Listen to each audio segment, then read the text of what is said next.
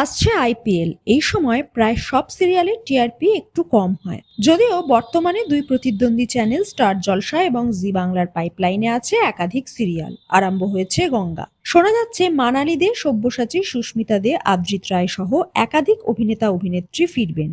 IPL এর পরই আসবে একাধিক নতুন সিরিয়াল। জি বাংলার মিত্তির বাড়ির পর আদ্রিতকে দেখা যায়নি ছোট পর্দায়। বড় প্রযোজনা সংস্থার অধীনে তৈরি হচ্ছে নতুন সিরিয়াল, সেখানেই ফিরবেন আদ্রিত। অর্গানিক্সের আন্ডারে জুটি বাঁধবেন সুস্মিতা দের সঙ্গে। তবে এই বিষয়ে প্রযোজনা সংস্থা বা চ্যানেল কর্তৃপক্ষ কোনো আনুষ্ঠানিক ঘোষণা করেনি। অন্দরের খবর, সিরিয়াল আরম্ভ হওয়ার আগেই নাকি মুখ্য চরিত্রর বদল ঘটেছে। আদ্রিতকে ধারাবাহিকে দেখা যাবে না। সেই জায়গায় আসছেন গৌরব রায়চৌধুরী। অভিনেতা গৌরব রায়চৌধুরীকে শেষ দেখা গেছিল জি বাংলার পুবের ময়নায়। ধারাবাহিক বন্ধ হয়েছে অনেক দিনই হলো। বারবার সিরিয়াল বন্ধ হয়েও নতুন করে শুরু হয়েছিল পুবের ময়না, কিন্তু শেষ হওয়ার পর গৌরব বড় পর্দা এবং ওয়েব সিরিজেই মন দিয়েছেন।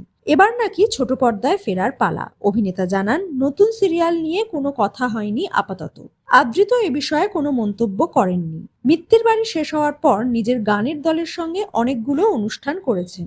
আবার গুঞ্জন, অভিনেত্রী ইন্দ্রাণী হালদার নাকি টেলিভিশনে কামব্যাক করছেন। স্টার জলসার শ্রীময়ী শেষ হওয়ার পর ছোটলোক ওয়েব সিরিজে অভিনয় করেছিলেন তিনি। তারপর আর দেখা যায়নি। পিঠের ব্যথায় কাবু হয়ে গেছিলেন।